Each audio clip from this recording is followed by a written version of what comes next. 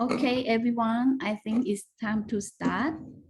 Good evening, everyone. On behalf of the organizing committee, we would like to welcome you all to the virtual geography seminar series by distinguished geographers worldwide, and speakers have extensive knowledge and experience in working on geographical research. As the chair of the Department of Geography, Faculty of Arts, Chulalongkorn University, I, Thitirat Panbamrongkit, will be a representative from the organizing committees to give you a brief background about this seminar series.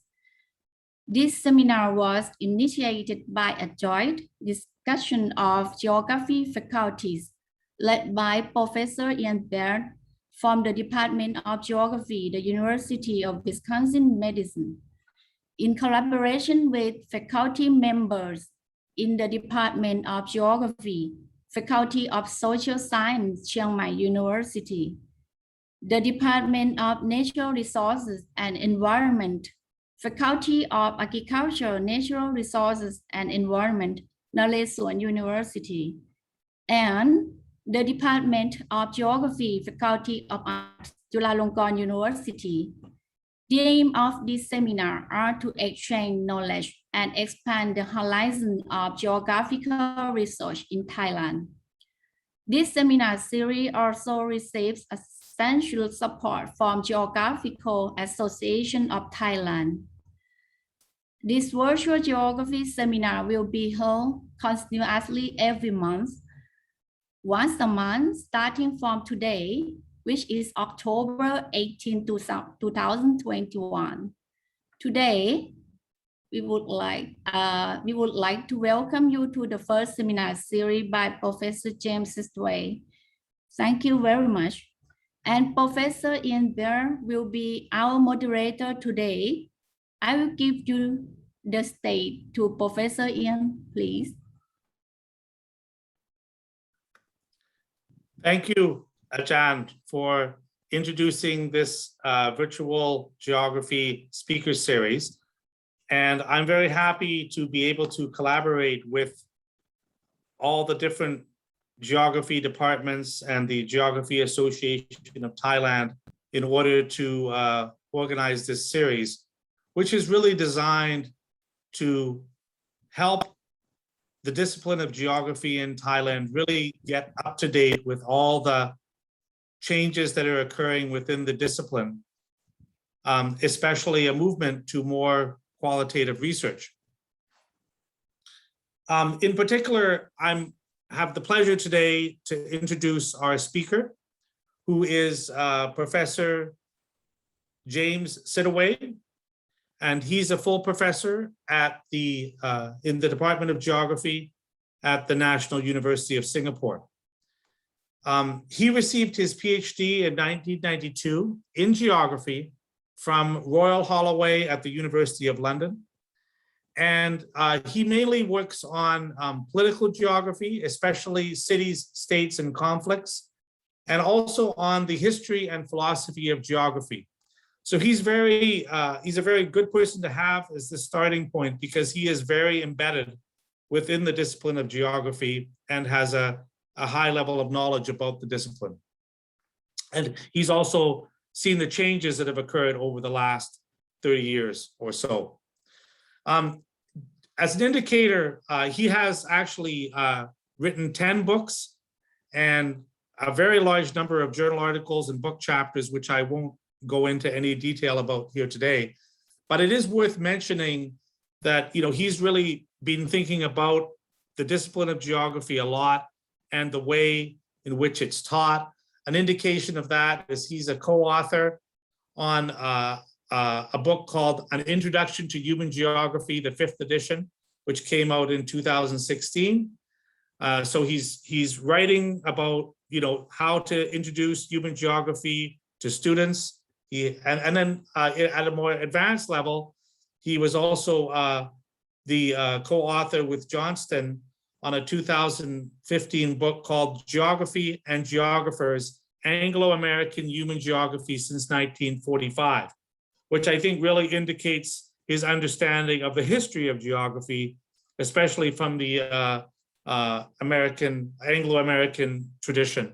But he also has another book out that just came out in 2021 called Transecting Securityscapes, Dispatches from Cambodia, Iraq, and Mozambique, that he did together with Tim Pash at the University of Georgia State Press. So he's a very productive geographer. He's somebody who's thinking a lot about the discipline and understands its changes. And I think most importantly for this lecture today is he's the editor now for the Singapore Journal of Tropical Geography, which comes out of the Department of Geography at National University of Singapore. And he was previously part of the editorial board beginning in the early 2000s as well. So he's had a real chance to see the way submissions to probably one of the most important journals in the discipline of geography in Southeast Asia over the last 20 years or more. And I think this will serve him well in helping to update us about how the discipline of geography is going along for that journal. So without further ado, I'll leave it over for James to present to us. Thank you. And there'll be time for questions at the end, I would add. Okay, thank you. Well, good evening, everyone. It's nearly 8:10 in Thailand. It's 9:10 in Singapore. So I don't want to talk for too long. Firstly, I want to say thank you for the invitation. Thank you, Ian, also for your kind words and the introduction. The book you mentioned with Transecting Securityscapes, dispatches from Cambodia, Iraq, Mozambique was published today. It arrived today. I got my copy. The co-author got his copy on Saturday, and I got my copy today. So it's always nice, when you see a publication that's taken a long time. But look, we won't talk about that. My task tonight is to offer some reflections, some thoughts on disciplinary change, on changes in geography.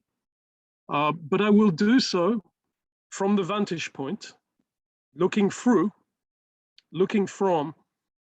the Singapore Journal of Tropical Geography. So that's my job tonight. I have only 7 slides. This is the content on the first slide of what I will do. I will first, I will introduce the journal and talk about changing publication norms and contents. As Ian, as Prof Baird said, I've been involved in the journal for nearly 20 years. And of those 20 years, I've been editor for, in different times, for about 8 years. The journal was established in 1953. So I'm going to start by going back to the moment when the journal was established, the early 1950s. So we'll just look at that moment and think about the context in which the political and academic context in which the journal was established in 1953 as a starting point to help position thinking about disciplinary change. Of course, one can tell the history of geography from many starting points. One could start with European imperialism. One could start with classical geographers from ancient China or from the Arab world. One could start from the early part of the 20th century. Different starting points and different starting places will give different histories of geography. What we're doing here is telling the history through the journal. So we'll talk about that 1953 moment when the journal was established. And then I will talk about disciplinary change and how that was reflected in what the journal publishes, the kind of methods, approaches and arguments developed in papers in the journal. And this is a story of the way in which this idea that is in the journal's name, tropical geography, grows, changes, in some ways breaks down, in some ways is replaced by other understandings and other approaches. So part of that, this point 4 is about the breakdown of tropical geography and the rise of quantitative methods, scientific and quantitative and spatial analysis. And then the fifth point, the critiques that were made of that as time went on, particularly in the 1970s and 1980s, and how too that was reflected in the journal. So I'll talk about radical geography, I'll talk about feminist geography, I'll talk about decolonial geographies, and I'll talk about the rise of qualitative methods. And then kind of end up by talking about, you know, the broad range of different kinds of methods that appear, that is used in the work, in the papers that appear in the journal. Along the way,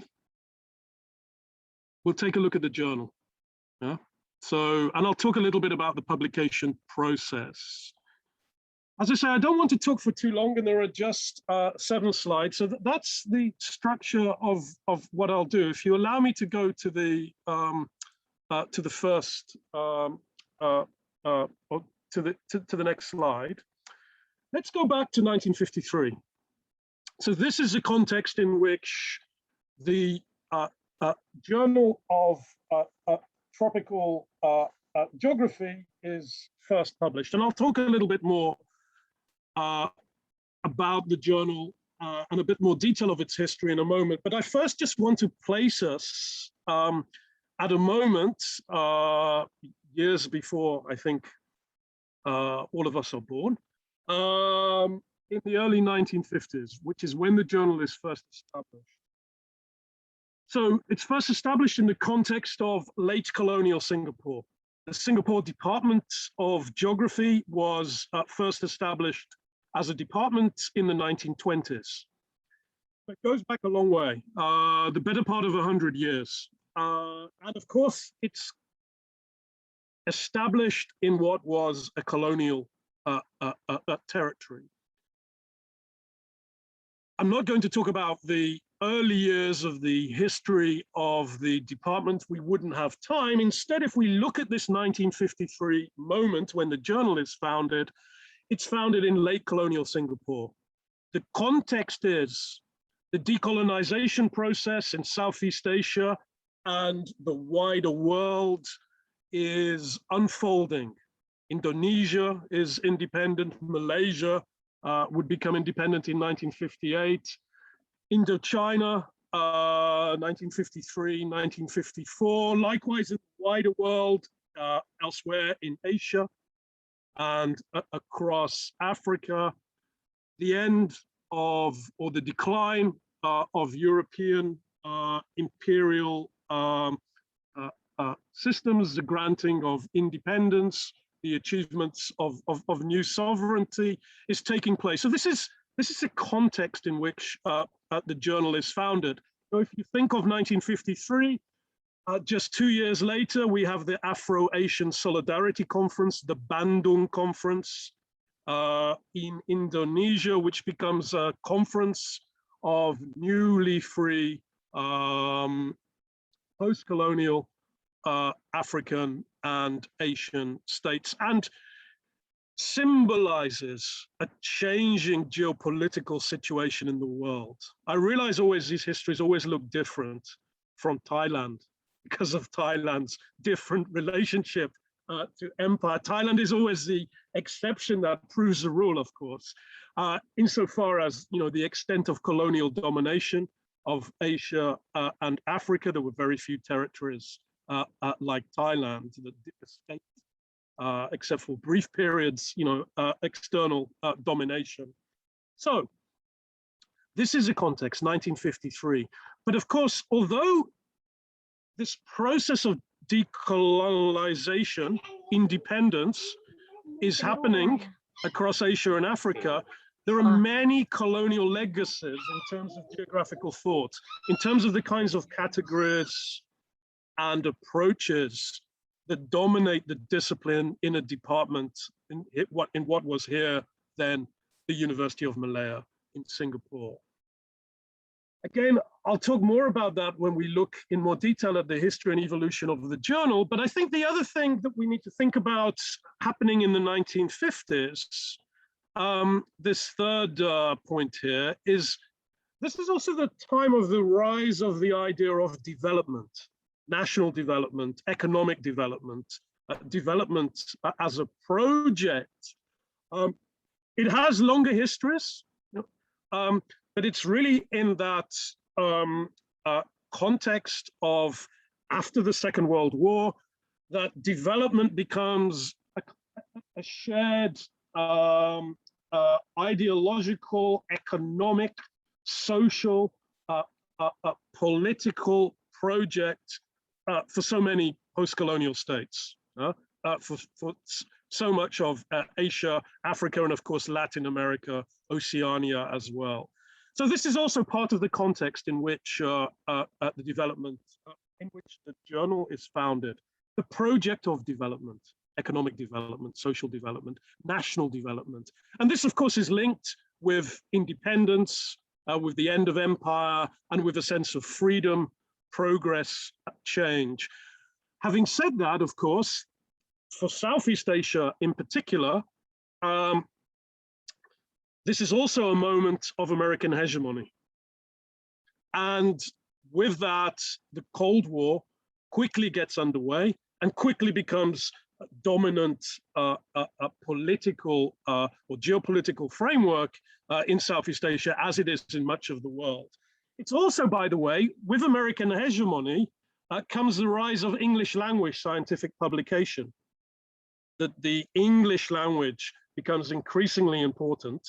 Of course, it has a long history through British imperialism and the long rise of America. But it's really, I think, in the 1950s, with that American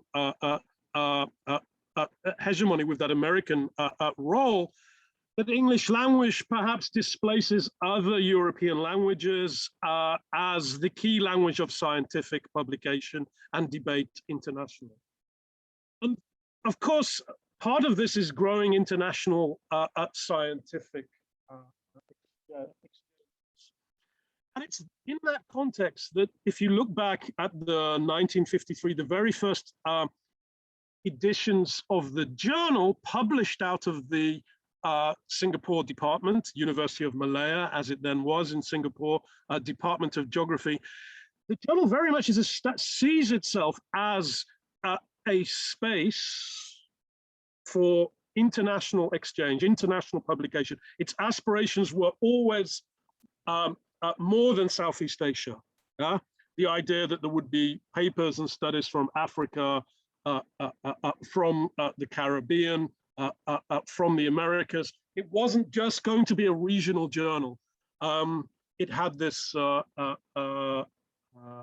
aspiration, this wish to become a more universal journal of tropical geography. And my last point, however, is the focus, however, analytically, was on the tropical world as an analytical focus and as a category. I'll talk a little bit more about that later. Now, Prof. Baird mentioned that I'm the co-author of this textbook. Now, this is a textbook, the seventh edition appeared in 2016. The first edition I wasn't the co-author of the first edition. It was solo authored by a Professor Ron Johnson, appeared in 1979. This is a vast book, a history of English language, Anglo-American or Anglophone human geography since 1945. It takes the end of the Second World War as its starting point, although it talks also about some earlier periods.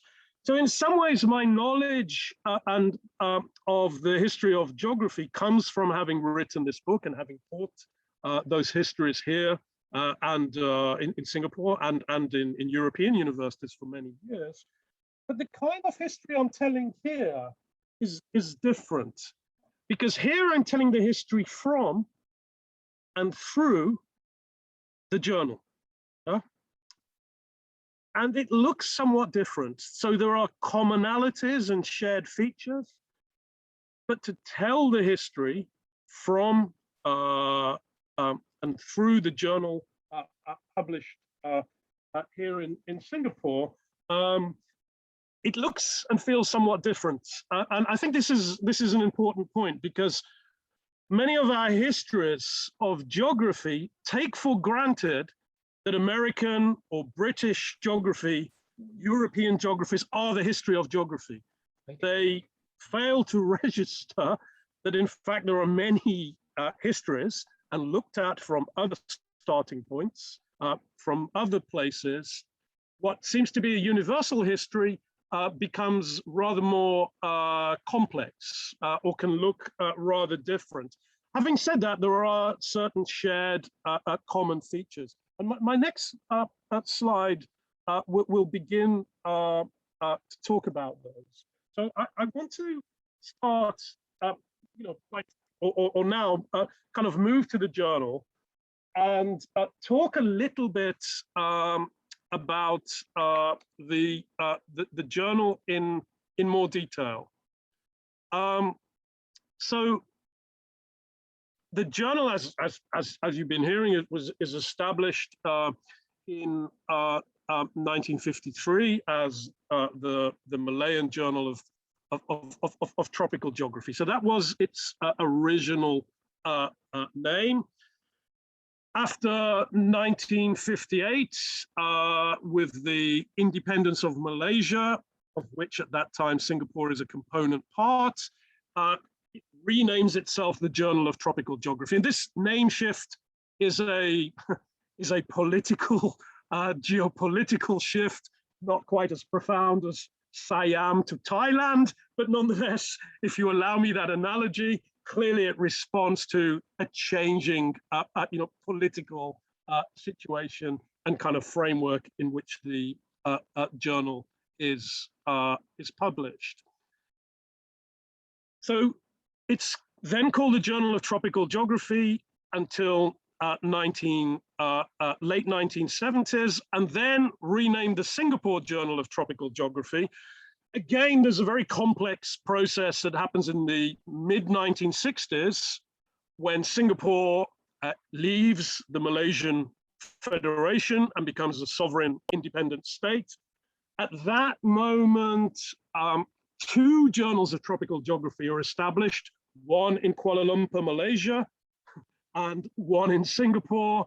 Eventually, the Malaysian one ceases publication. Actually, it's no longer actively publishing, and the Singapore journal kind of inherits what had been originally a kind of shared project. Again, there's a kind of obvious geopolitical context to this. I won't linger on that because I want to focus more on the contents of what the journal publishes. Since the last few years, it's co-published with a commercial publisher, Wiley, originally Blackwell, now Wiley, but it remains owned by the Department of Geography.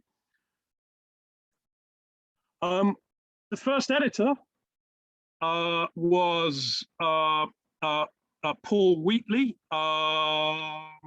went on to become a very distinguished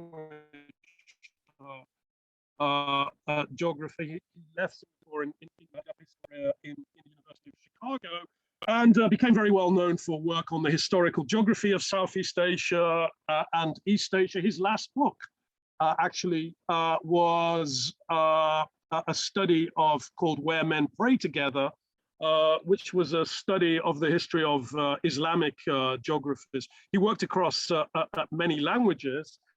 So Paul was the first editor. Subsequently, there have been about 10 over the decades since, a mixture of foreigners and Singaporeans. And the journal goes from strength to strength. There are 3 issues a year. Each issue has around 7 to 8 papers, plus book reviews and book review fora. So there are about 25, 30 papers a year are published. And the submissions that the journal gets, I'll talk more about that process, is about 70 or 80, sometimes up to 100 a year. So we're publishing, I think, less than a third of the papers that are submitted. I'll talk a little bit more about the process and things like impact factors, perhaps a little bit later. I don't know whether it might be useful to have a quick look at the journal. Why don't we do that? Well, actually, no, we can come back to it later. Yeah, I'll skip this, going to look at the journal now. Because we'll end up by looking at the journal. But if you follow this link in the PowerPoint, it takes you to the journal homepage. And there's a short history of the journal that talks about its a lot of what I've just said and much more that was published in another regional journal, the Scottish Geographical Journal, back in 2008 by Victor Savage, then one of the editors, and me. I was then also one of the editors of the journal. So I won't talk much more right now about the detailed histories of publication of the journal. Instead, let's look at the contents. Let's look at the kinds of ideas and frameworks that inform and shape the papers that appear in the journal. Well, the dominant idea is a notion of tropical geography. Now you can say, well, what is tropical geography? Well, tropical geography, it's simple. We can define it, the geography of the tropics. So, between the Tropic of Cancer and the Tropic of Capricorn, between the lines of latitude, we have the tropical area, and clearly that's been the focus of the journal. But it's more than simply an area. It's more than simply a space or a part of the world, because the idea of tropical geography, as existed at the time that the journal was established in the 1950s, was the idea of a distinctive relationship or set of relationships between the environment, tropical environments, tropical ecologies, tropical climates, rather than weather. I wrote weather, but really I mean climates. Tropical environments, tropical climates, tropical ecologies. The idea that the tropics are associated, with a particular form of climatic system, a particular set of ecologies, a particular set of environments, and in turn, the idea of tropical geography studied the relationship between society, we might mean economy, social life, economic life, agriculture, production, subsistence, human survival, population, the relationship between society and those tropical environments, those tropical ecologies, those tropical climates. So here is the sense that we're not just studying a region, a part of the world, the tropics, we're studying a region through the way that that tropical environment, tropical climate, tropical ecologies shape and interact with the society. Well, you will say that, well, this is true of all geography, is it not? All geography is about, in part, the relationship between, environment and society, or between humans and nature, if you prefer. Yeah. But in the form of tropical geography, what develops is an idea that the tropical environments and tropical climates are producing a set of constraints on human development, on human life, on agriculture, and society. That tropicality becomes a kind of idea. And this is very much a European imperial discourse. This is very much the discourse of the colonizers, the Dutch Empire, the British Empire, the French Empire, and to an extent, after 1898 and the American conquest of the Philippines, what one might call an American imperial system, even though, of course, it didn't call itself an empire in the way that the Europeans and the Japanese empire did. In this notion, in this discourse of tropicality, there's a set of ideas about the relationship between the tropics, health, tropics were seen to be an unhealthy place, race, racialization, so a lot of narratives around race, racist narratives in which it was held in particular that the tropics imposed constraints upon Europeans, that white folk were not well suited to the climates of the tropics, but that somehow those long familiar with the environment, those living, native to the environment had somehow adapted, but certain constraints were being imposed upon their development, upon tropical societies by the effects of tropical climate and tropical conditions. So there's a whole set of associations and debates, and these are really fundamentally imperial debates and often profoundly racist debates about this relationship between the tropics, health, racialization, development. Not all of the work took a crudely racist form. Often it was a rather more subtle study of the kinds of agricultural challenges of tropical environments. Now, I don't want to go into this history in great detail here.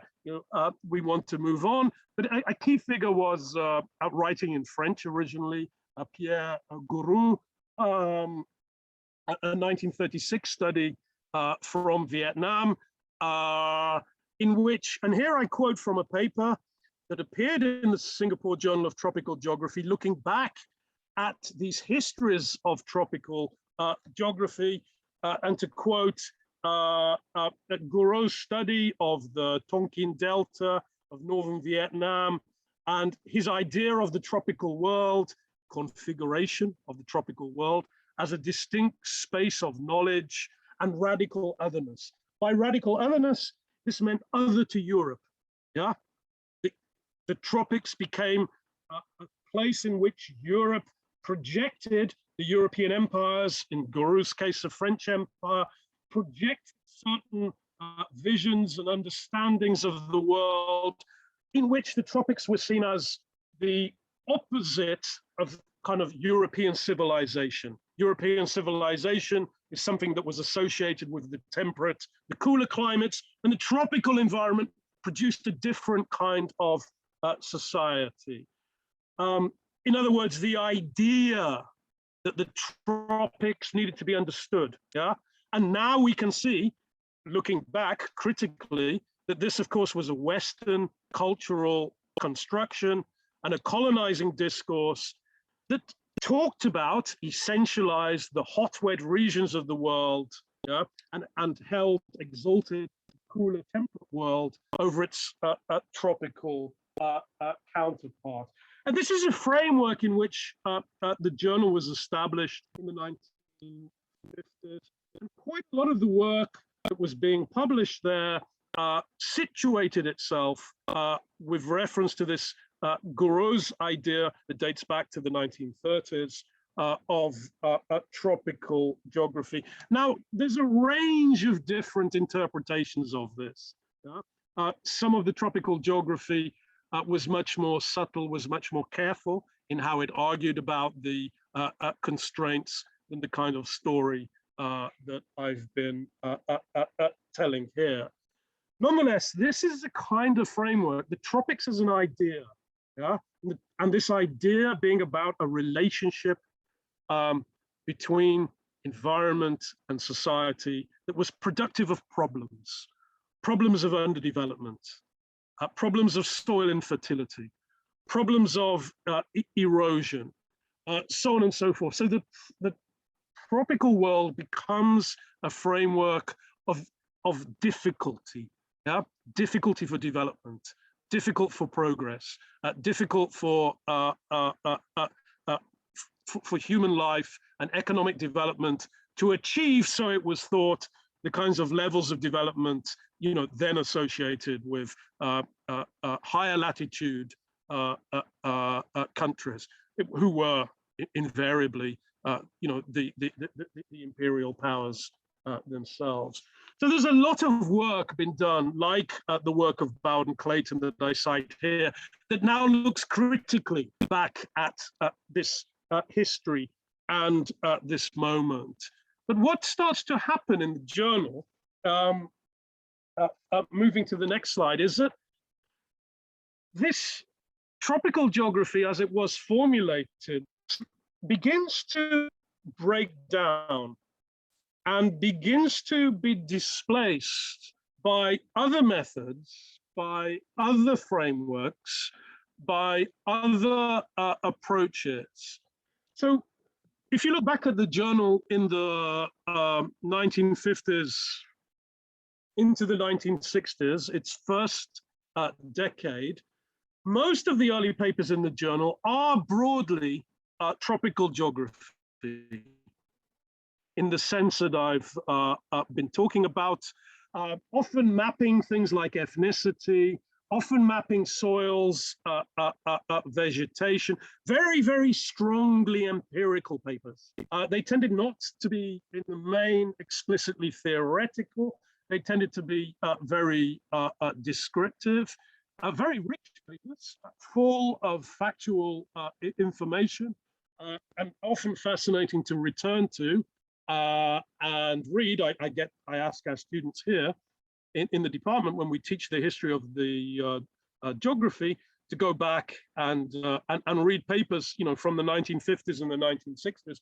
And they're often our students are often really surprised, because our students now are used to theoretical ideas, all kinds of critical ideas, and those ideas are usually not present in those early papers. However, what starts to happen in that first decade and then onwards is there's a shift. This second point, and this is really, I think, quite important. It was already present when the journal was established, but it accelerates, it grows in the 1960s. And this is a move away from the dominant frame of tropicality and constraints imposed by the environment on agriculture, on economic, on human life, on development, towards an idea of development being understood as modernization. And this too is linked actually to the rise of the Cold War. Yeah, but if you think of the kinds of transformations, I've just had a student finish a PhD on the history of the electrification of Thailand. And a great deal of these projects in the 1960s were Cold War. Actually, they were West German and American led projects. And this was linked, this notion of modernization, of course, was linked with a certain idea of order, and it was deeply linked with the Cold War project. So modernization starts to replace tropicality as a dominant frame for quite a lot of the work appearing in the journal. So modernity development displaces, pushes aside, yeah, tropical geography as a focus. Although lots of physical and environmental geography is still published in the journal, that key relationship around which the journal had been formed of tropical environment produces certain kinds of constraints, produces a certain kind of society, that we study first that tropical environment in order to understand the economic and social life of tropical regions, is being pushed away, yeah, is being displaced by the idea of development as modernization, yeah.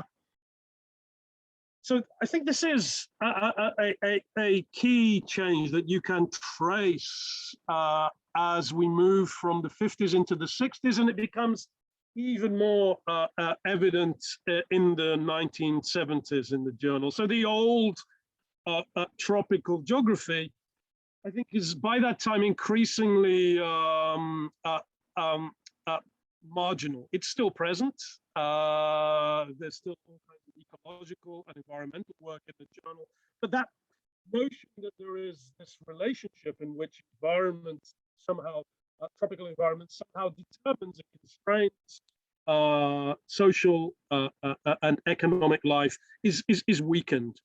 And instead, this kind of notion of development as modernization becomes much more dominant in the journal.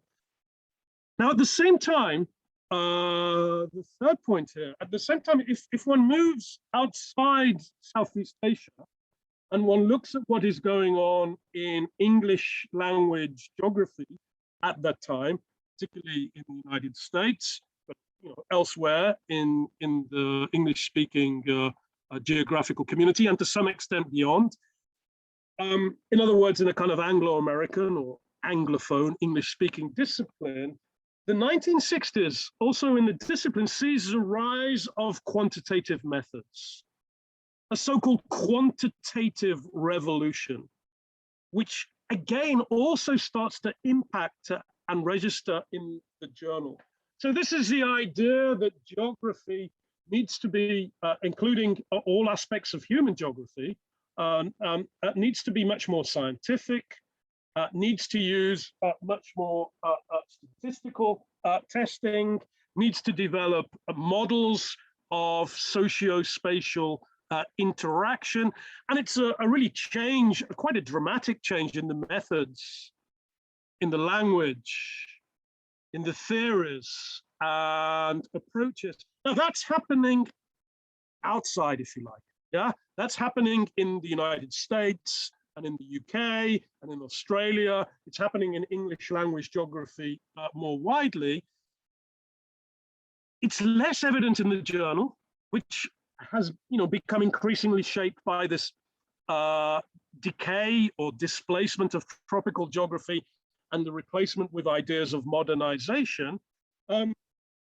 But it starts to impact, it starts to register in the journal. So you can see, I mean, if we had time, we'd look at more papers, and perhaps after I finish speaking, we can look at some.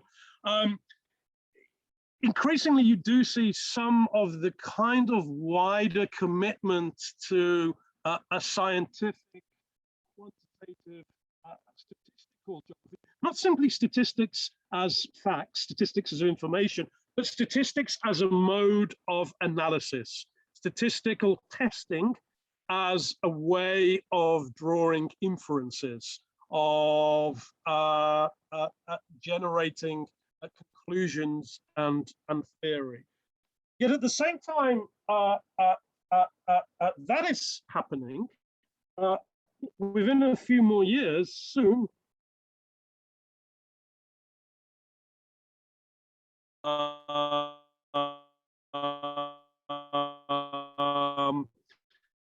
impact and register in the just slide, but we're going to spend more time on this slide because I will go at the journal and talk a little bit more about the publication process. But firstly, just to bring this story, this history of geography up to date, what starts to happen in the subsequent decade, in the 1970s and onwards, is that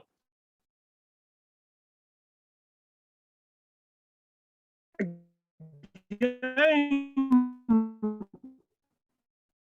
very much under the influence of geography from outside, in the Western countries, in the English language speaking geography that is critically, that understands capitalism as an unstable, dynamic, and uneven system, but also focuses on issues of environmental destruction and critique. But the kinds of results of radical moves in Western countries in the late 60s and into the early 1970s, and also reflecting actually a global conjuncture, the influence of Maoism, the influence of radical revolutionary movements, the revolutions and guerrilla wars that are taking place across large parts of Africa, Asia, and the Americas. All of this produces a sense that development as modernization, and of course the old tropical geography, are not relevant.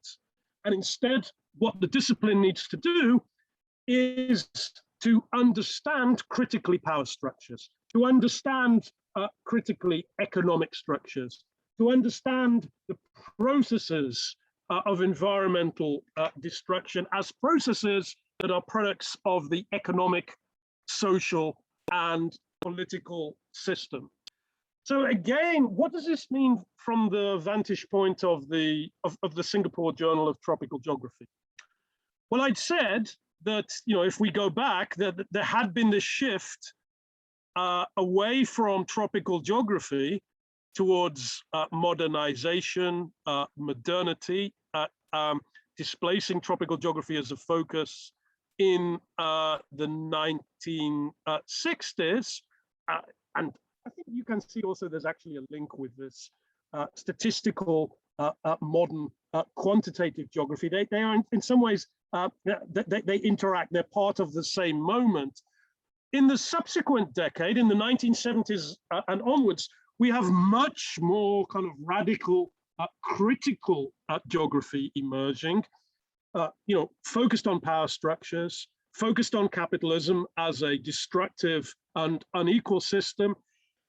For the Singapore Journal of Tropical Geography, what this means is that the kind of development geography, the modernization, which had displaced tropical geography, in turn starts being displaced by ideas of dependency, theories of dependency that emphasize power, that emphasize inequality at a global level, that emphasize the constraints that are imposed upon Asian and African countries, not by their tropicality, not by their physical geographical location, as in the old tropical geography, but by virtue of their domination in a global capitalist system, their peripheral or semi-peripheral status in relationship to the centers of global capitalism in the Western countries and Japan. So again, we see a shift. It's the best way. The best way to do it would be, to kind of say, well, we have kind of one flavor in the 1950s, tropicality, tropical geography. The 1960s, we have another flavor, another fashion, another style, which is modernization and quantitative geography. From the 1970s into the 1980s and onwards, this sense of radical critical geography starts to become much more evident in the discipline, and in the journal. Now, another aspect of this is the rise of ideas of political ecology. To put together these two words, politics and ecology, means having a much more critical idea of the relationship between society and nature, between the environment and humans. So returning to some of the interest and concern of tropical geography about the relationship between society and nature, but doing so from a very different vantage point, yeah? Not from the idea that tropical climates are producing a certain kind of human society, but from a sense of looking at the power structures that shape human natural relations, very much through the vantage points of class, capital, politics, power. Who owns what, where? How does that relate to how environments and societies are interacting?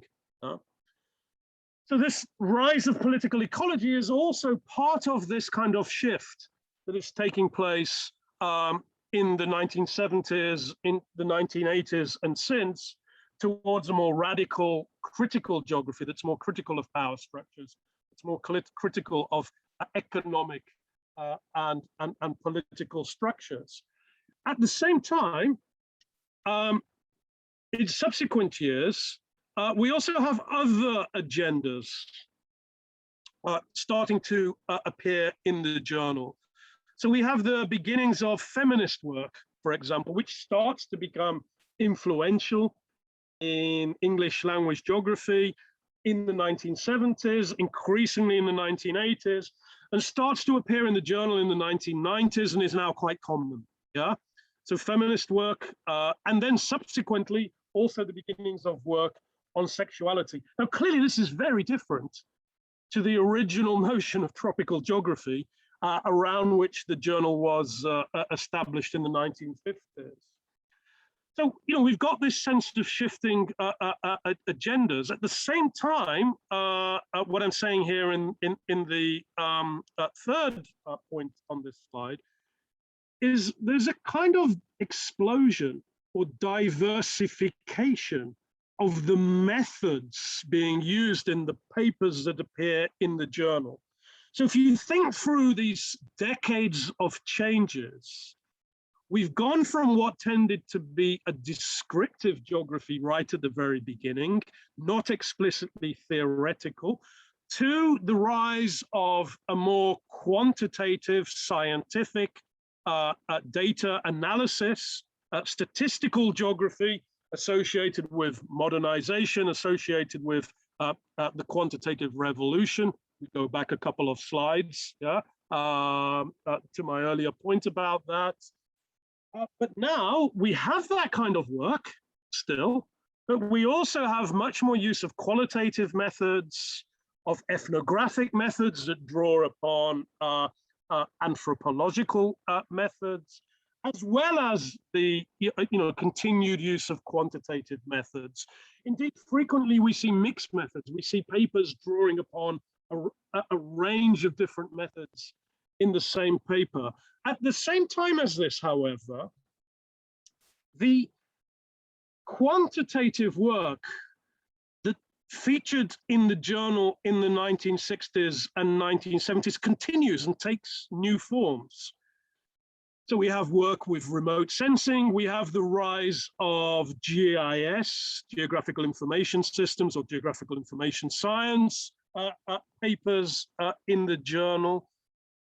In other words, now the journal is diverse in terms of methods in a really quite complex way that represents, you know, the story that I have told tonight, yeah, which is actually quite a complicated story, you know, of one geography starting to displace another geography, tropical geography being displaced, being pushed away by ideas of modernization and statistics and scientific methods, and then in turn, that being partially, but not wholly, not completely, yeah, displaced by these more radical critical geographies, these other agendas, and these wider range of qualitative and ethnographic methods. So now we see a really quite complex coexistence of different styles of work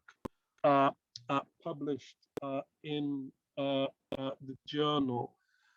I think the one thing particularly interesting in the last few years that the journal is registering in terms of submissions and work appearing is a return to the kinds of 1950s agendas about decolonization, but in a new framework. You remember that, you know, the original geopolitical framework in which the journal came into existence was one of the end of empire.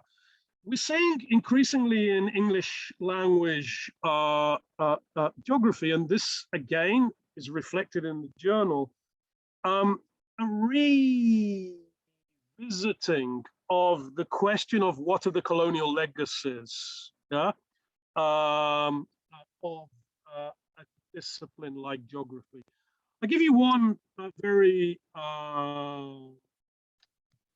basic aspect of this. If you go to the largest geography conference in the English-speaking world, which is the annual conference of the American Association of Geographers, can be as many as 10,000 people attending the conference before COVID in the days of travel. And you look around at the conference and you look at the racialization of who are American geographers. It looks a little bit like American country music or American professional golf. You will see overwhelmingly white space. The number of Black, the number of African-American geographers, a handful until recent years. You will see Asian geographers in increasing numbers from East Asia,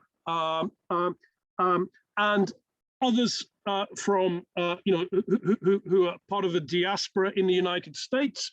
But you will see a discipline until recent years that is overwhelmingly white, that does not represent the structure of American society. And in the UK, it's even worse. Yeah, it's in the UK, it's even more noticeable. You go to the conferences and they are fundamentally a kind of white space. Yeah. And of course, that has a certain sociology. It has a certain set of assumptions. It has a certain framework. It has a certain mindset. It has a certain epistemology. Yeah. No one can read too much into these things. These things are clearly quite complex.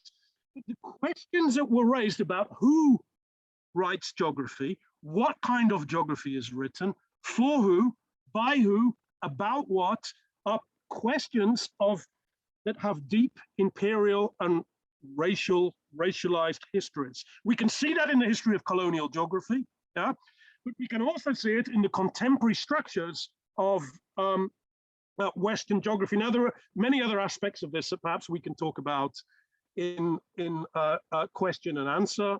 We can go into discussion. I'll stop in a few minutes, but before I do, I think one way to have a look at some of these issues, what I've talked about, is for us to take a few moments to look at the journal. Yeah. So rather than me talk more about the histories, allow me to stop talking about the histories now. And if I go to this link, this will take us to should take us to the January issue of this year, and we persuaded the publisher to make it open access. That means you don't have to log in through a digital library, which is another issue about who controls, yeah, publication. We can talk about that as well, perhaps. But let's take a look at this, because I think if we go, I don't know how long excuse me, it takes a moment for the link to open. If it doesn't open quickly, I go to it another way. Yeah. Okay, it's opening. Yeah. So if I can Okay, I don't want to restore pages. Let me take it up to the whole screen. Give me a second. Sorry, too many things open on my screen. I have to move. Okay, okay, here we go. Yeah.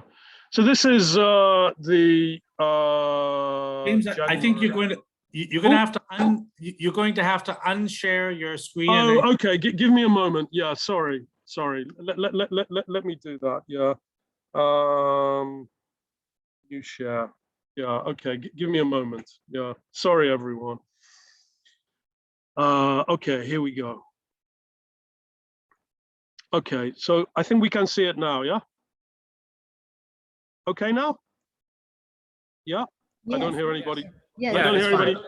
Okay, so I've just gone to this is the journal homepage. I mean, we can look more in terms of the editorial board and some other details of the journal, but since we don't have time, and I think we want to move into discussion soon, this is a January issue. We have 3 issues a year, January, May, and September. As I say, usually about 7 to 8 papers in each issue. And we usually get about 3 or 4 times more submissions than we can publish. I can talk about the process of review and how papers get selected, perhaps in the Q&A. But if we just take a look at this January issue, and I encourage you to maybe return to this in your own time, because it's open access. We have a kind of initial framing essay in which we talk something about these histories and the decolonial tropical geographies, the kind of agendas I've just been talking about. Here are the other editors. TC is Singaporean. Cheche is a GIS scholar from Taipei. Lu Shishi is Singaporean, originally born in China. And Godfrey Young is also originally from China, but also now a Singaporean permanent resident. We have a history of tropical geography from a British geographer who was a radical geographer who sadly died, passed away, sadly, just around the time this was published. So he's a very interesting figure because he was also the editor of one of the radical geography journals that came out of the United States, a journal called Antipode, established in the 1960s. It started to be a place where that radical geography was published, but he did most of his work in Africa. So he kind of tells a kind of a history of his own encounters with tropical geography and how that changed. And then we have a paper on GIS, which came about as the result of an occasional special lectures that the journal sponsors. We do usually one of these a year, and there's a set of commentaries. So you can see the kinds of, the use of a different range of methods here. I was talking about GIS as in a way of the kind of inheritor of that quantitative, statistical analysis of the 1960s. There are some commentaries that come with the paper on GIS. But these, all the other articles are regular submissions. So these are papers that came in, that were sent out to review, and after the review process and revisions are published in the journal. This one is very much a qualitative analysis that looks at the way that news media represent an aspect of China's Belt and Road Initiative. So here's a very qualitative paper looking at media representations. It's partially a discourse analysis. Yeah. So a strongly qualitative paper. This is quite an interesting paper because in some ways this is a strongly physical geography paper, but this is more in the kind of traditional style of tropical geography. The approach isn't the traditional approach. It's a more critical approach. But the actual subject, the relationship between land use change, agriculture, crop production, environment is very much the kind of classical subject, of tropical geography. This one is interesting. This is by one of the authors is a PhD student. Now, is this tropical geography? What's this paper about? It's a study of Austria. Maybe we take a quick look at the paper, actually, yeah? Or at least the abstract. It's a study of Austria, yeah? It's not about a tropical region. But as you can see, it's a study of marriage migrants, Thai marriage migrants to Austria in terms of gender, class, and mobility. Now, the original Journal of Tropical Geography would have never had a paper like this. It would have said, well, this is a paper about Austria. This is a paper about Europe. How can it be about the tropical region? But of course, the way in which we're thinking about tropical areas now is in a much more in terms of connections and relations. So here we're studying, the dynamics of migration from a tropical country, Thailand, but the study is done in Austria. It all the impact of feminist work. I mean, this is exactly what I was referring to when I was saying that we now get a much broader range of methods and papers reflecting the cumulative impacts of these series of revolutions, changes, shifts that I've tried to describe to you, from the 1950s up to recent years. Then we have a physical geography paper. We used to get a lot of these submissions, particularly from Africa. In recent years, we get less. Over the years, because I've been involved in editing the journal, for the better part of 20 years in different roles, we see kind of different, we see moments. At the moment, we're getting a lot of papers from India, Bangladesh, and Vietnam. 15 years ago was a lot of papers from Africa. I'm not quite sure why we get these different flows. I think it represents pressures to publish in different countries and expectations, and the idea that placing it in a relatively strong journal means that we'll often get a lot of submissions from a particular country for a few years, and then it might change. Okay, we have a study of, again, thinking through, those radical and critical geographies, a study of poverty, prosperity, power, environment amongst fishing communities in Sulawesi in Indonesia. And then, as usual, we have, I think Prof. Ian Bird may know this man, his former student. We have a series usually of book reviews. Increasingly, we're publishing review essays, not just book reviews, but where, in fact, the latest issue, the September issue, has one of time. I've been speaking for an hour. It's getting late. I mean, it's 9:10 in Thailand. It means it's 10:10 here in Singapore. So I think the best thing to do would be for me to say thank you and to stop speaking. And instead, I'll maybe look at the current issue in the background. And instead, perhaps we move to questions or debates. So thank you very much. I've tried to give you a kind of summary history.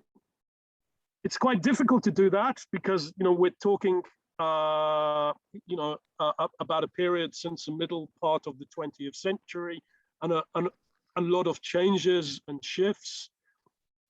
I've oversimplified it. In some ways, I don't do it full justice. The full story is much more complex. But in order to tell a story, in order to impose a certain coherence and understanding on the evolution of geography as told through the journal, I have to simplify it a little bit. The real way I read these is, I will stop there. Yeah? Thank you. Thank you, James. Can I'll you go to the current issue in the background? Can you unshare your screen, please? Yes, sorry. Yeah, okay. That'll facilitate. Yeah, sorry. Yeah, questions. okay. Okay, so thank you very much, James. I think you did a wonderful job of some sense of both the changes that have occurred within the discipline of geography, but also within the Singapore Journal of Tropical Geography that obviously has its own particular history, one that is important for Asia in particular. And so I think now we have some time for any questions that anyone might have about this. If you'd like to ask a question, please put up your hand, or if I can't see it, just speak out or something like that. Or can also put in the chat, yeah? Or Maybe people can also write in. Yeah. People can Yeah. also write in the chat, I think. Yeah, that's right. That's right. Yeah. So any of those would be fine, however you feel comfortable. I think I just like to point out that I think one of the real things that your talk demonstrates is how geography has moved, especially since the 1960s and 70s, from a more quantitative, less critical kind of perspective to one that is dominated by more critical, radical, qualitative and mixed methods, and a much more of a diverse set of methods. Yeah, right? I think diverse is the word. I mean, I think it's too simple to say that the quantitative has gone, because it's still very evident. I mean, we are not only GIS, as you just saw in that issue, but there are still many papers coming from that perspective. But it's not the only perspective.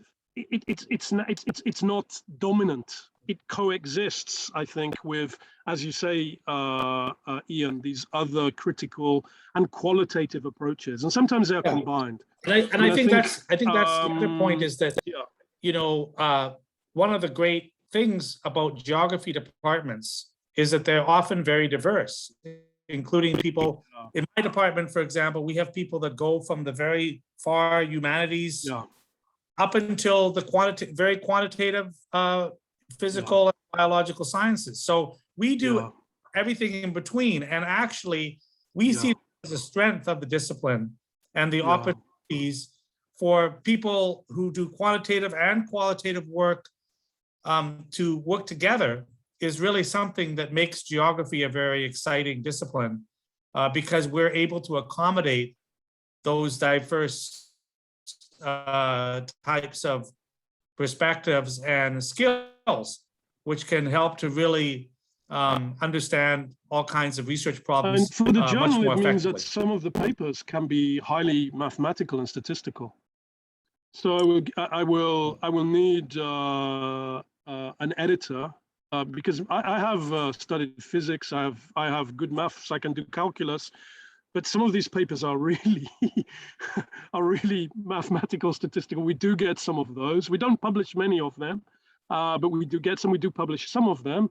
And of course, the GIS, you need specialists in GIS. But many other papers are very strongly qualitative. They're based on interviews, participant observation, ethnographic, qualitative methods.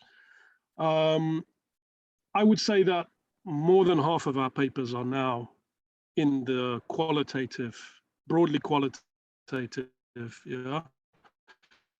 But we still do get, some very strongly mathematical statistics. What has gone is the old descriptive, the kind. If you look back at the original kind of work in the journal, which tend to be very descriptive, that's invariably replaced by theory or more complex analytical methods. So I think the story is of a very complex mix of different styles, different kinds of method and work. Okay, I see a few hands up now, so maybe we could start with Pao Tai at Chiang Mai University, who has a question for us. Pao Tai, could you please ask your question? Yes, thank you, Professor Ian, and thank you so much for your presentation. It's very impressed me, and I think everyone in our presentation today can see the diversity of geography now. But I mean, just very short question to you. How do you think that we can communicate this kind of diversity in geography to the geographical society, particularly in Southeast Asia? Because I'm not quite sure whether people, everyone who study geography can perceive this kind of diversity, at the same level or at the same, maybe the same understanding or not. Yeah, I think, it's difficult. We in Singapore, of course, I'm not Singaporean, I'm a foreigner, but I serve on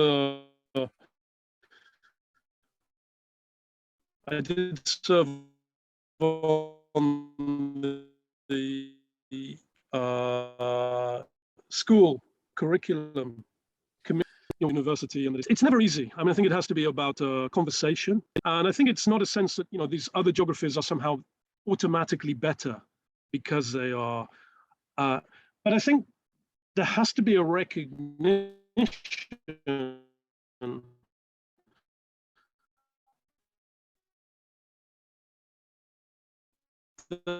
that the discipline has changed. Geography integrated is, as well as sciences. It used to have a sense of it was something apart. That we have geography. We know what is geography. Geography is the environment and society. Simple. Yeah. Instead, I think geography benefits from a relationship with other social sciences, with sociology, with anthropology, with the humanities, with philosophy, with literary studies, with gender studies, and actually, in my case, as a political geographer, I think, too, with political science and political kind of critical political analysis.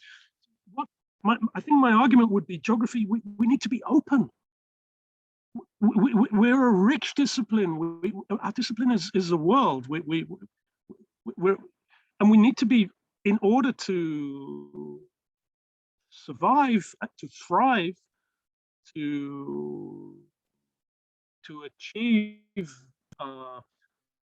the ability to represent the complex world. Yeah. We need to be open. We need to be open to different trade deficits.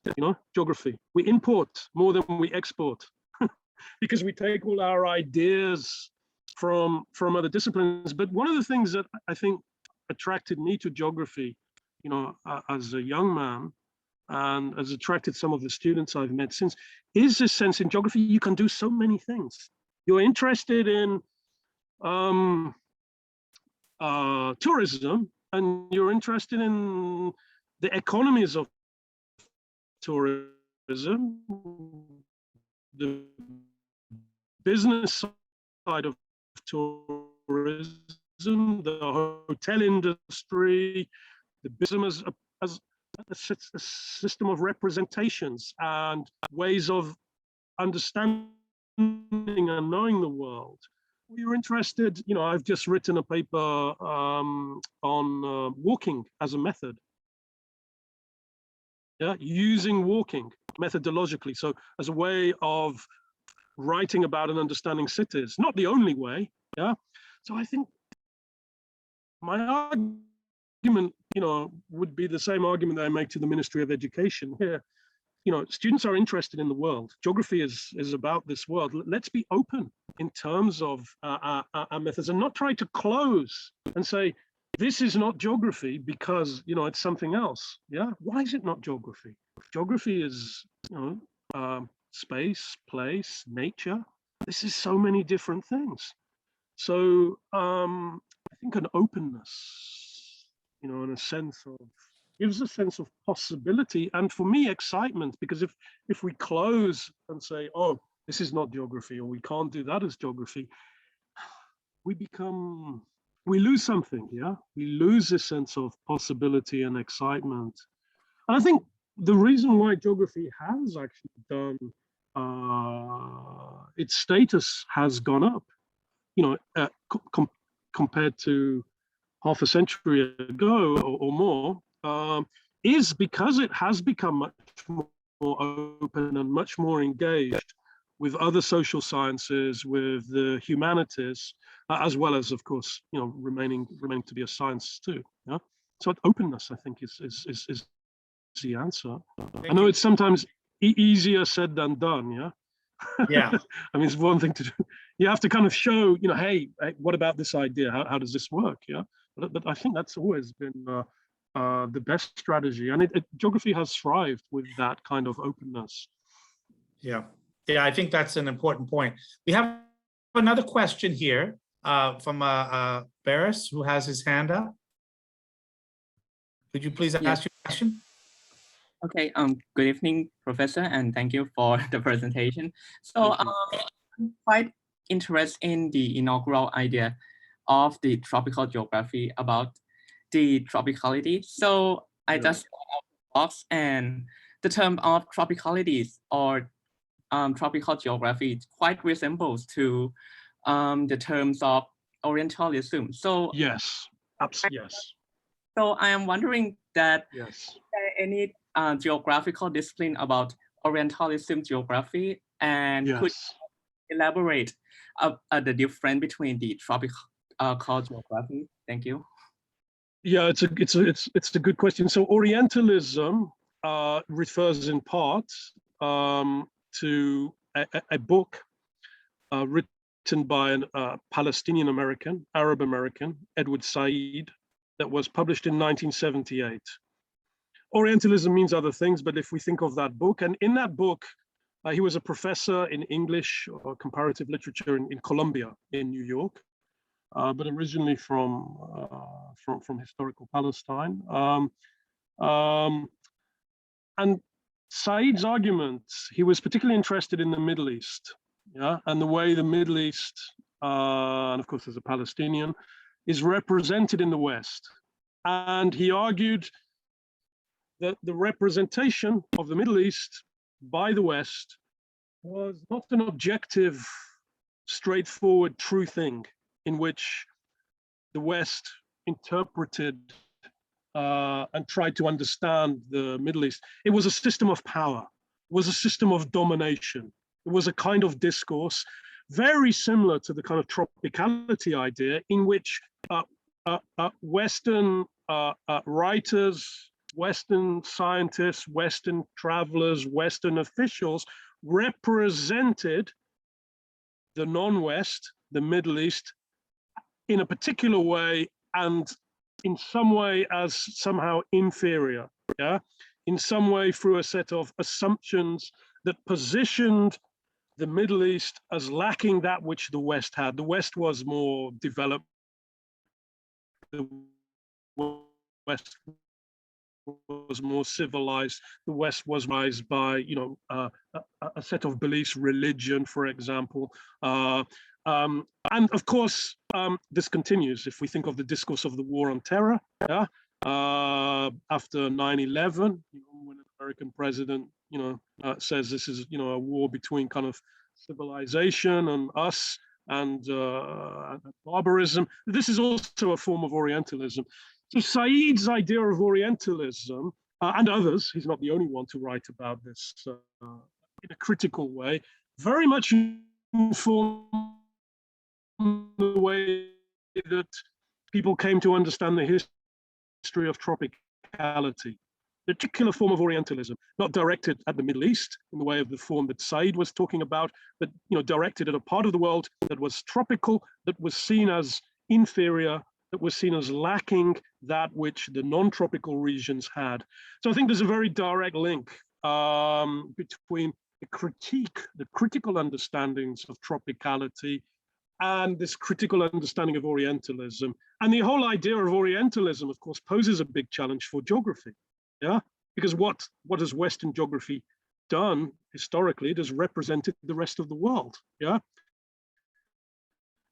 and it is done through certain kinds of assumptions and frameworks. I'll give you one example. When people talk about Islam or Buddhism, they call it religion. Religion is a category that comes from the West. Religion is a word from Latin. It means to bind, yeah, religate, to rebind something. It does not translate. You cannot call, I know more about Islam than another category. You cannot call Islam simply a religion. It's a system. We call it in Islam the deen, yeah, which cannot be translated, is misrepresented if we see it simply as another religion. Of course, we can partly understand it in those ways, but we need to understand it on its own terms, through its own language. So questions of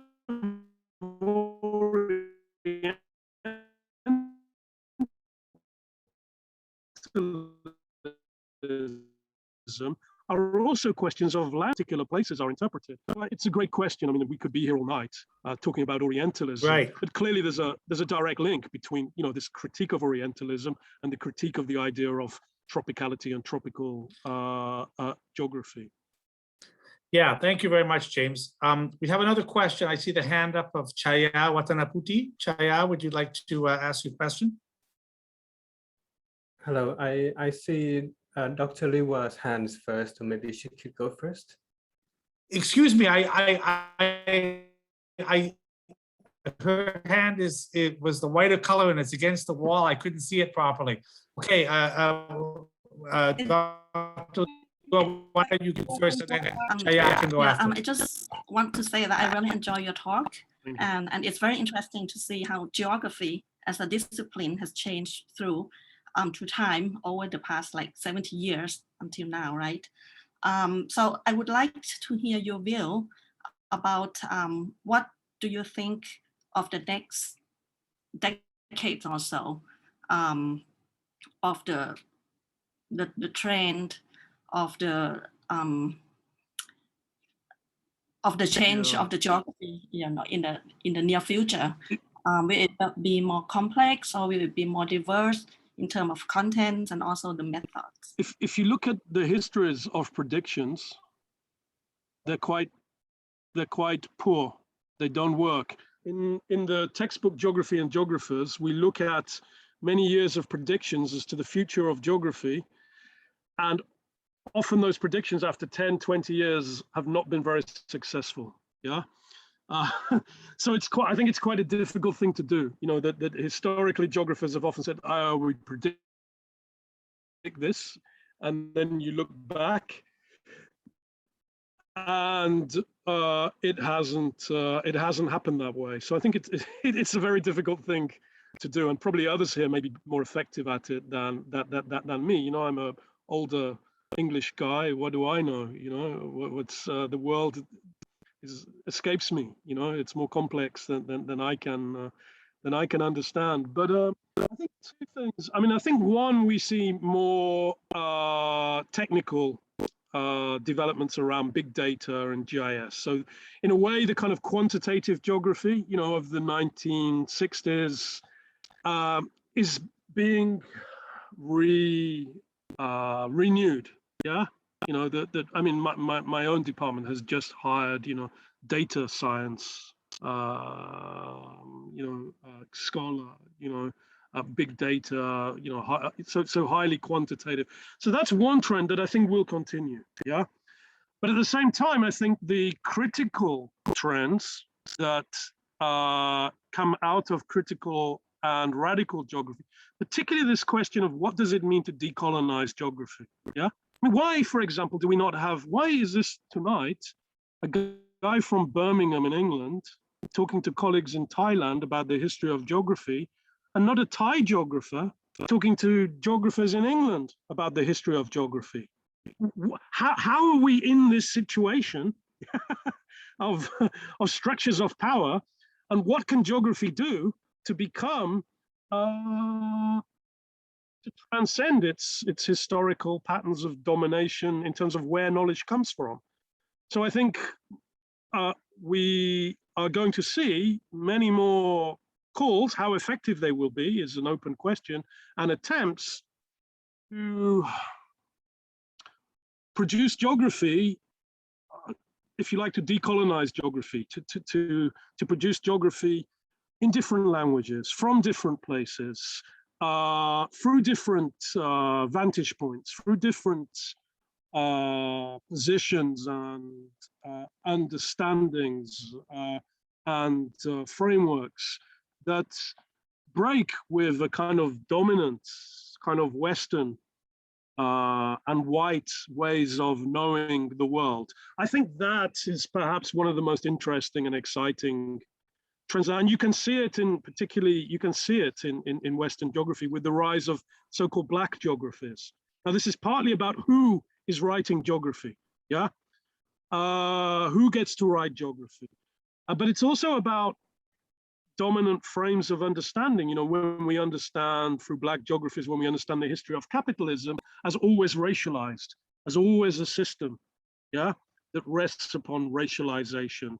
I think these trends, which is a kind of a strange combination of, on the one hand, scientific, big data, and on the other hand, a much more kind of political, intellectual, philosophical, epistemological, to use kind of jargon, to use the language, in which who writes geography, in what language,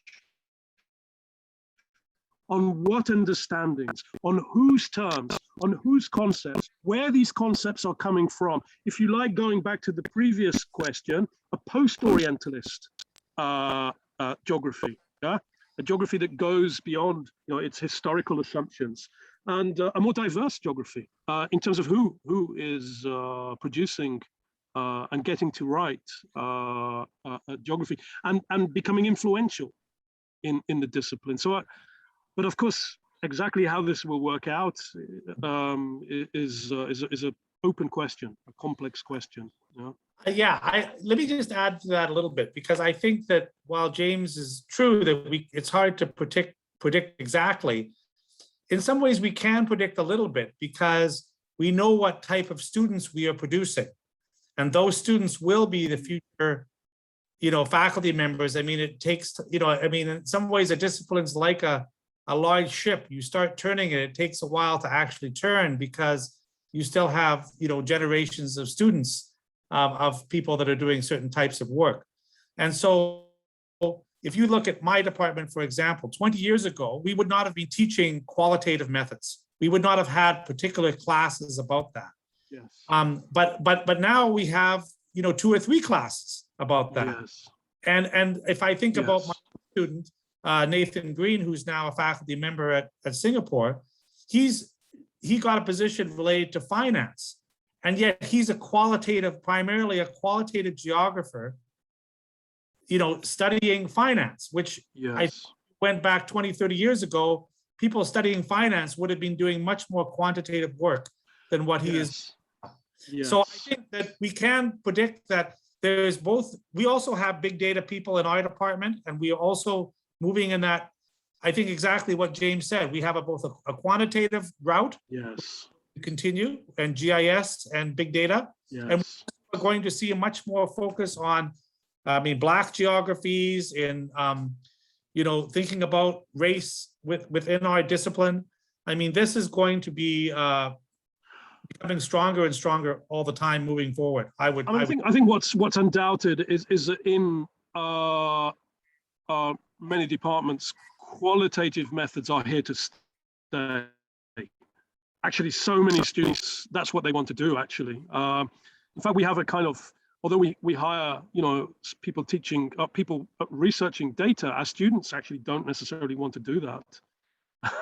They actually, many of them prefer more qualitative, you know, interviews, focus groups, observations, this kind of research. And those things are here to stay for the reason Ian said, because, you know, our students come out with those approaches, yeah, and then they're going into the school system and becoming teachers, and you know, here in Singapore. So yes, and that has been a big change. Even in my lifetime in geography, yeah. It was more marginal. I mean, it was there when I was a student, but it was more marginal. Now it's regarded as absolutely accepted and completely, you know, a legitimate way to do research, to do it in very qualitative, interpretative ways. Yeah. Okay, so I think I'm conscious of the time. It's getting late in Singapore. It's getting late in Thailand. We have one more question I think we can take from Chaya Watanaputi. Chaya, would you please ask your question? Hello, thank you very much. I think you have already answered my question.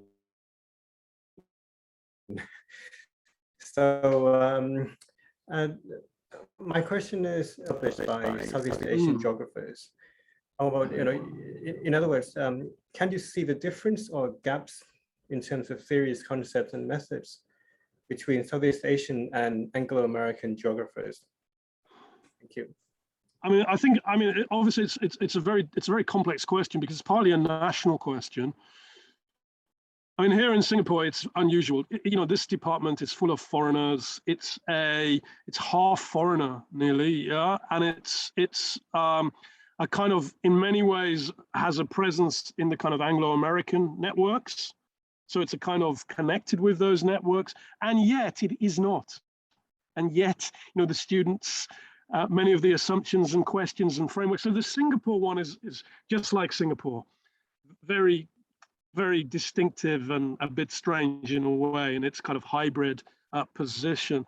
I think the position varies very, very widely across Southeast Asia. I think it's very hard. I've gone to the Southeast Asian Geography Association conferences over the years. I think that was in Cambodia, yeah. I think it's very hard to generalize because it varies so much across different countries, and in turn that reflects different relationships to different imperial and linguistic traditions, different political trajectories. So I think it's hard to talk about a kind of Southeast Asian geography. I would say there's a commitment to empirics, though. There's a strong sense of kind of empirical possibility, yeah? That the region represents a very dynamic part of the world, yeah? And also there's a sense, I think, reflecting Southeast Asia, of diversity and complexity, yeah? I think it's very hard to generalize. If we talk to Indonesian geographers, yeah, I have a very different story to if I talk to colleagues from Vietnam or my Khmer colleagues, yeah.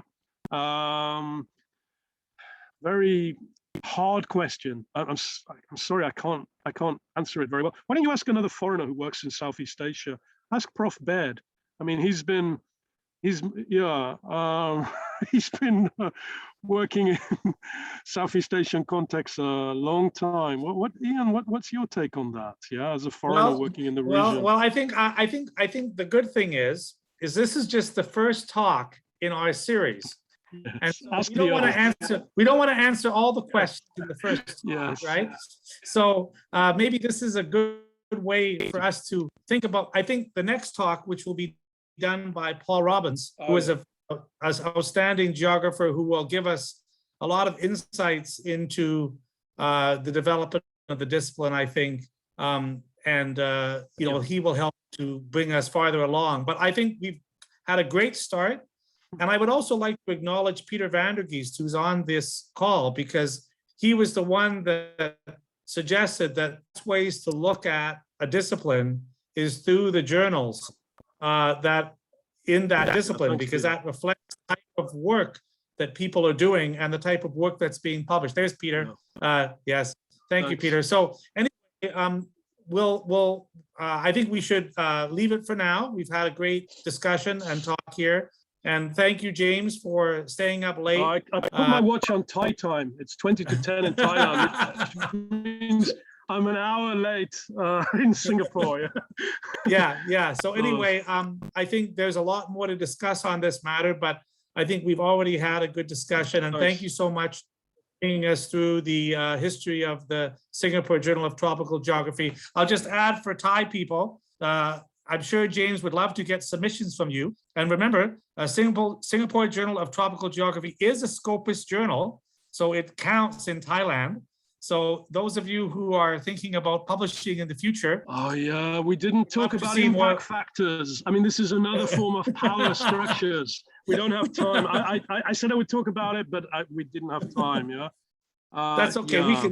We'll have time. But I mean, I Yeah. would say that Singapore Journal of Tropical Geography is a journal that is well respected, not only in Southeast Asia, but internationally more generally. And so that's something to think about for the future.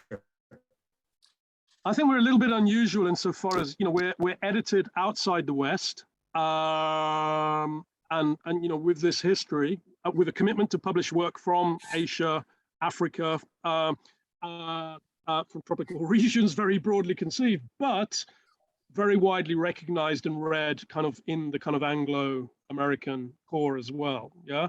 So I think we talk about that in that 2008 history of the journal, Victor Savage and me, yeah, that I listed earlier. And I'm so sure I think we're in an unusual bridge in that way. Yeah. And I'm sure if you have yes, any, of course, we welcome submissions. Yeah, and also Yeah, I'm send us sure your that if papers. you had any specific questions about the journal or about submitting to it, I'm sure James would be happy to receive emails from you. You Sure, can find his email on the website for the Department of Geography or on the journal or the Singapore Journal of Tropical Geography. Yeah. Okay, so let's join.